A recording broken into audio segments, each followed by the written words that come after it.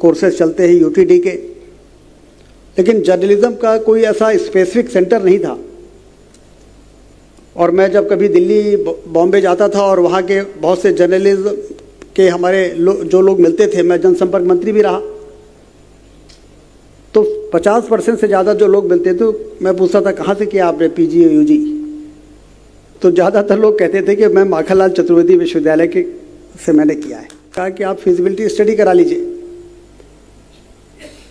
मुझे पूरा विश्वास था कि रीवा की में फिजिबिलिटी होगी तो वो फिजिबिलिटी आ जाएगी, क्योंकि मैं जानता था कि हमारे रीवा के लोगों में, विंध्य के लोगों में राजनीति और पत्रकारिता बचपन में घुट्टी की तरह पिला दी जाती है। मुझे खुद ही नहीं मालूम है, कभी भी हटा दूँ जाना। कभी भी जब हिसाब किताब होगा तो कहे कि पहली बार जीतने वाले कैसे मंत्री बन गए।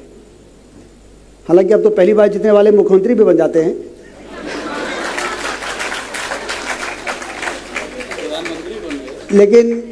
लेकिन उस समय पहली बार जीतने वाले मंत्री नहीं बन पाते थे। जब जनसंपर्क मंत्री बना तो मैंने कहा इसमें तो सिर्फ विज्ञापन बांटने के अलावा और कोई काम नहीं है, इस विभाग में क्या किया जाए। तो जयराम शुक्ला जी बैठे हैं तो उन्होंने कहा कि एक काम कर सकते हैं आप, माखनलाल चतुर्वेदी विश्वविद्यालय का एक कैंपस रीवा में खोल सकते हैं। विद्यालय के कुलगुरु आदरणीय तिवारी जी, बहुत ही वरिष्ठ आदरणीय हिंदुस्तानी जी, आदरणीय संजय पांडे जी, आदरणीय कृष्ण मोहन मिश्रा जी, इस परिसर के व्यवस्था देख रहे वरिष्ठ पत्रकार आदरणीय जयराम शुक्ला जी, आदरणीय डहरिया जी, आशुतोष तिवारी जी, सभी शिक्षक शिक्षिकाएं, गणमान्य नागरिकगण, आदरणीय चंद्र जी, वरिष्ठ साहित्यकार भी यहाँ पर उपस्थित हैं, जिनको अभी ज्ञानपीठ पुरस्कार से सम्मानित किया गया है साहित्य के क्षेत्र में। और प्यारे बच्चों, ये ओरिएंटेशन कार्यक्रम है अभ्युदय। मैं आदरणीय तिवारी जी को बहुत बधाई देता हूँ कि जब कोई बच्चे किसी कॉलेज में, इंस्टीट्यूशन में आते हैं तो उनको सबसे ज़्यादा ज़रूरी होता है एडमिशन के बाद इस प्रकार के अभ्युदय कार्यक्रम की, जिसकी आपने व्यवस्था की। भोपाल के मेन कैंपस में 3 दिन का था, यहाँ भी आपने वरिष्ठ लोगों को बुला के बच्चों को दिशा दिखाने का काम किया है। इसमें 240 बच्चों का नया एडमिशन हुआ है, मुझे बताया गया है। नए बच्चे जिनका एडमिशन हुआ है जरा हाथ उठाएं। इसमें रीवा के बाहर कितने हैं, जरा हाथ उठाएं जो रीवा के बाहर के हैं। और रीवा से जो है वो कौन है? रीवा के लोग ज़्यादा हैं, क्योंकि मैंने सोचा था कि यदि रीवा के बाहर के लोग ज़्यादा होंगे और उसमें लड़कियां ज़्यादा होंगी तो मैं तिवारी जी से कहूँगा कि गर्ल्स हॉस्टल भी जल्दी यहाँ पर स्वीकृत करके बनवाने का काम करें। लेकिन ताली बजाने से कुछ नहीं होगा, ज़्यादातर तो यही के हैं। तो अभी तो तिवारी जी को मिल जाएगा बहाना कि साहब अभी तो बाहर के लोग उतरे हैं नहीं। लेकिन जिस तरीके से इस विद्यालय की स्थापना के बाद इसको एक ऐसी दिशा की ओर ले जाने का प्रयास हो रहा है कि आने वाले दिनों में माखनलाल चतुर्वेदी विश्वविद्यालय के रीवा कैंपस की चर्चा सिर्फ मध्य प्रदेश नहीं देश में हो, और देश के लोग अच्छे संस्थान में अपने बच्चे जो जर्नलिज्म के क्षेत्र में, कंप्यूटर के क्षेत्र में, आईटी के क्षेत्र में, फाइनेंस के क्षेत्र में बच्चों को बेहतर शिक्षा देने के प्रति हर अभिभावक की सोच होती ही है। तो उसका पहला ऑप्शन होना चाहिए रीवा का माखनलाल चतुर्वेदी कैंपस। इसलिए इसको एक बड़ी आशा के साथ, क्योंकि रीवा में इंजीनियरिंग कॉलेज भी है, मेडिकल कॉलेज भी है, वेटरनरी कॉलेज भी है, एग्रीकल्चर कॉलेज भी है, पॉलिटेक्निक भी है। हमारे रीवा विश्वविद्यालय में भी कई कोर्सेज चलते हैं यूटीडी के, लेकिन जर्नलिज्म का कोई ऐसा स्पेसिफिक सेंटर नहीं था। और मैं जब कभी दिल्ली बॉम्बे जाता था और वहाँ के बहुत से जर्नलिज्म के हमारे जो लोग मिलते थे, मैं जनसंपर्क मंत्री भी रहा,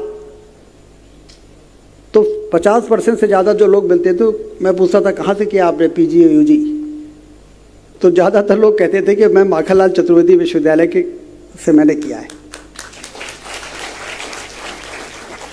और मैं जब जनसंपर्क मंत्री बना, तो जब वन मंत्री बना तो व्हाइट टाइगर सफारी बनाया, ऊर्जा मंत्री बना, रिन्यूएबल एनर्जी मिनिस्टर तो सोलर प्लांट बनाया, वन मंत्री जब था तो इको पार्क भी उसी दौरान उसकी योजना बनी थी। जब जनसंपर्क मंत्री बना तो मैंने कहा इसमें तो सिर्फ विज्ञापन बांटने के अलावा और कोई काम नहीं है, इस विभाग में क्या किया जाए। तो जयराम शुक्ला जी बैठे हैं, तो उन्होंने कहा कि एक काम कर सकते हैं आप, माखनलाल चतुर्वेदी विश्वविद्यालय का एक कैंपस रीवा में खोल सकते हैं।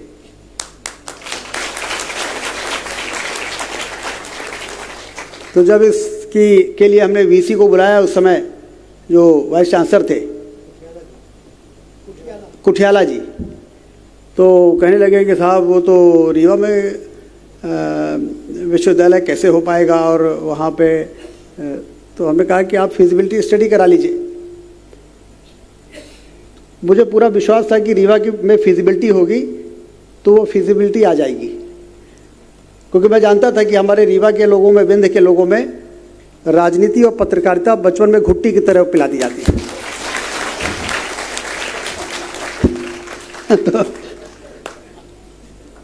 तो इसलिए इस विधा से जुड़ा हुआ यदि कोई काम होगा तो स्वाभाविक, आप देखिए, आप इतने 240 एडमिशन हुए, इसमें 80-90% हमारे रीवा के बच्चे हैं यहाँ। और रीवा के लोगों का ब्रेन बहुत फर्टाइल होता है, यदि उनको सही दिशा मिल जाए तो वो कमाल कर सकते हैं। आप देखिए इस समय 3 सेना अध्यक्षों में से 2 सेना अध्यक्ष हमारे रीवा के हैं।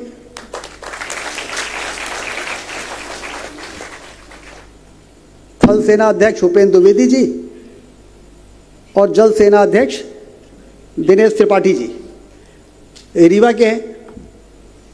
फर्स्ट महिला फाइटर पायलट अवनी चतुर्वेदी हमारी रीवा की है।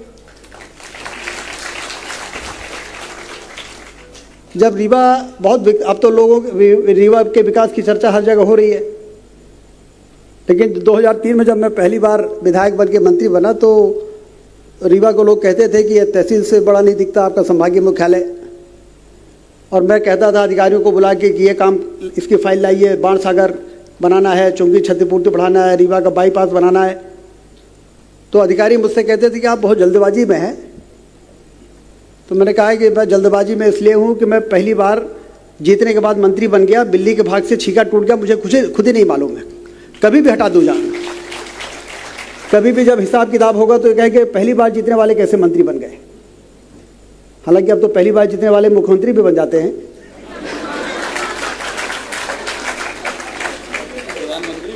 लेकिन उस समय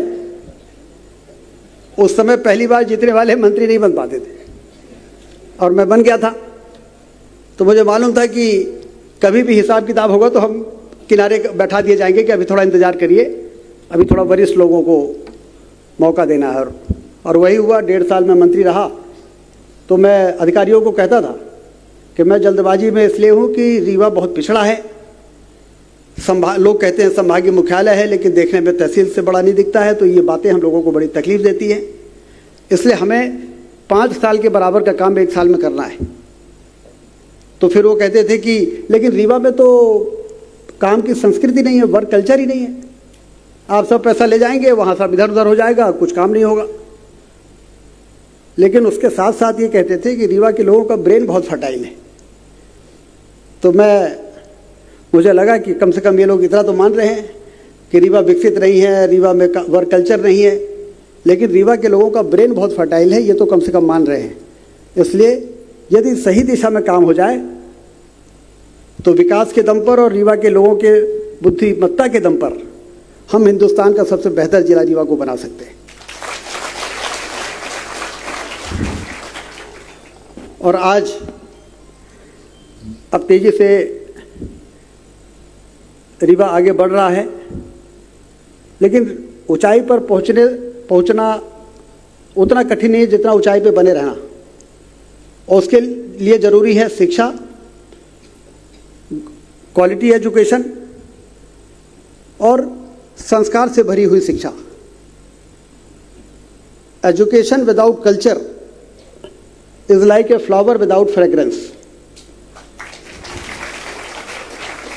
यदि हमने बहुत पढ़ के और बहुत किताबें पढ़ के और हमने बहुत अच्छे 100 में 99% नंबर ला लिए, लाया जा सकता है, लेकिन यदि हमारे अंदर अपनी जिम्मेदारी का भाव नहीं है,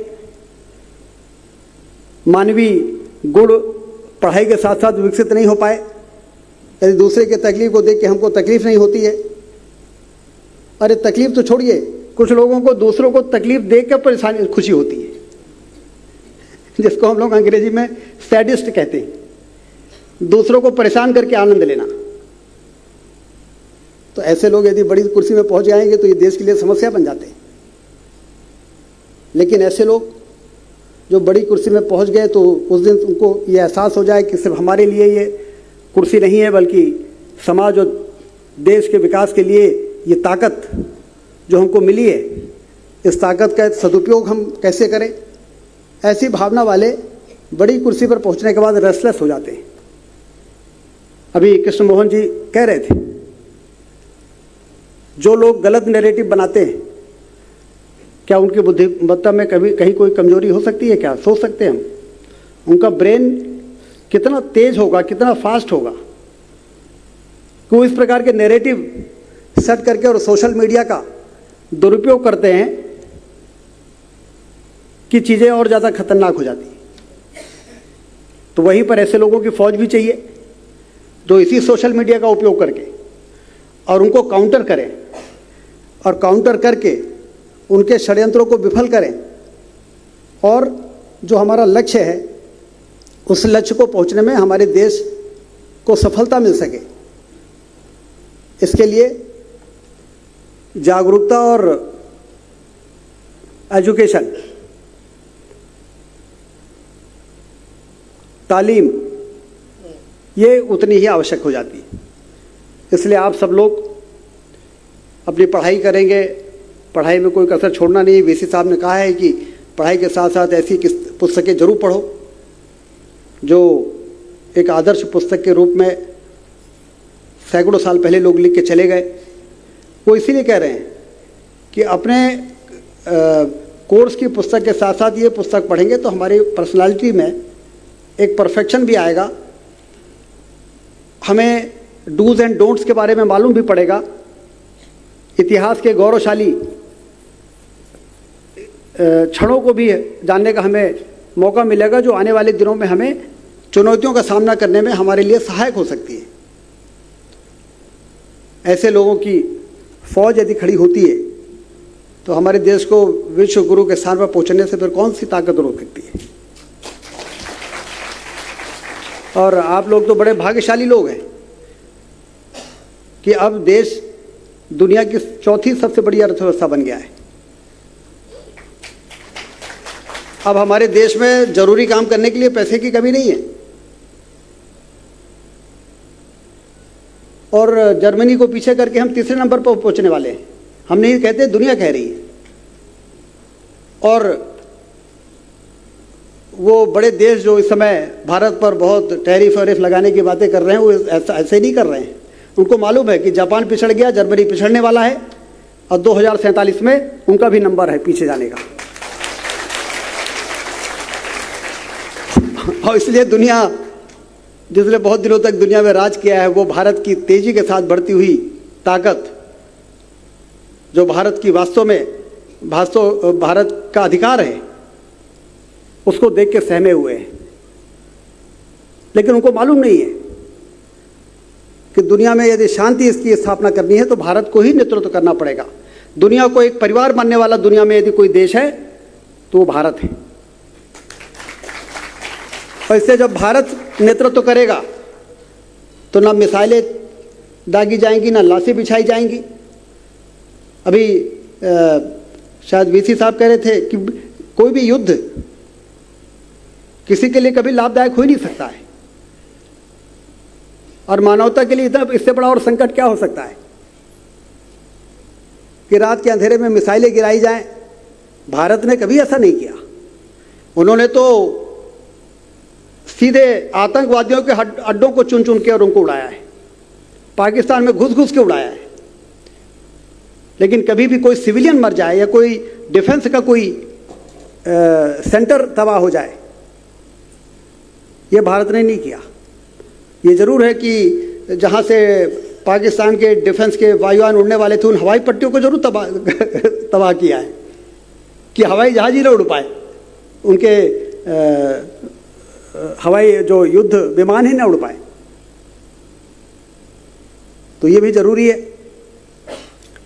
तो इसलिए मुझे बड़ी खुशी है कि अब ये केंद्र एक उस दिशा की ओर आगे बढ़ रहा है, आदरणीय विजय नारायण तिवारी जी के नेतृत्व में, कुलगुरु जी के, कि आने वाले दिनों में एक इसका स्टैंडर्ड होगा, एक इसकी प्रतिष्ठा होगी, और यही हम लोगों का सपना था। और इसीलिए इसका इंफ्रास्ट्रक्चर ऐसा हो जाए कि लगे कि इस कैंपस में जब कोई घुसे तो लगे कि ये कोई कैंपस है। इसकी योजना तो और बड़ी बनाई थी, लेकिन बीच में थोड़ा सा उसमें कटौती हो गई थी, कुछ विपरीत परिस्थिति आ गई थी। लेकिन फिर भी जिस तरीके से रिस्पांस होगा, जिस प्रकार से यहाँ पर एकेडमिक क्वालिटी हम बना पाएंगे, उस तरीके से आने वाले दिनों में दूसरे चरण में और भी विकास की जो आवश्यकताएं होंगी, वो इस परिसर की ज़मीन की कमी है नहीं, होती रहेगी।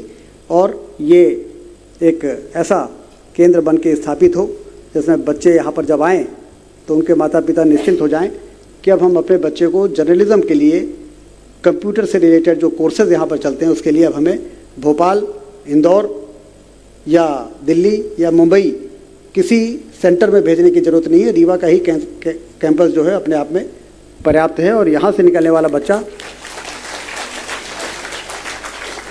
देश और दुनिया में स्थापित होगा और देश के लिए अपना योगदान देगा और रीवा का भी नाम रोशन करेगा। सभी को बहुत बहुत बधाई, शुभकामनाएं, धन्यवाद। निश्चित ही माननीय, आपके मार्गदर्शन में, आपके नेतृत्व में वो सारे सपने साकार होंगे जो आपने देखे हैं, जो कुलगुरु जी ने देखे हैं। अब इस समापन सत्र का एक अंतिम जो भाग है, संवाद सत्र, 20 मिनट का वक्त बचा है केवल हमारे सत्र समाप्ति में। तो संवाद सत्र के संचालन के लिए हम अपने सहयोगी कनिष्क जी को आमंत्रित करते हैं। माननीय मंच की अनुमति से हम संवाद सत्र प्रारंभ करते हैं। बहुत बहुत धन्यवाद अखंड जी, और आप सभी तमाम श्रोता विद्यार्थियों को बहुत बहुत धन्यवाद कि आप लोगों ने बहुत तन्मयता के साथ तमाम अतिथियों को सुना, समझा। अब आपके अंदर जो जिज्ञासाएं हैं उन्हें शांत करने के लिए संवाद सत्र का आयोजन हो रहा है।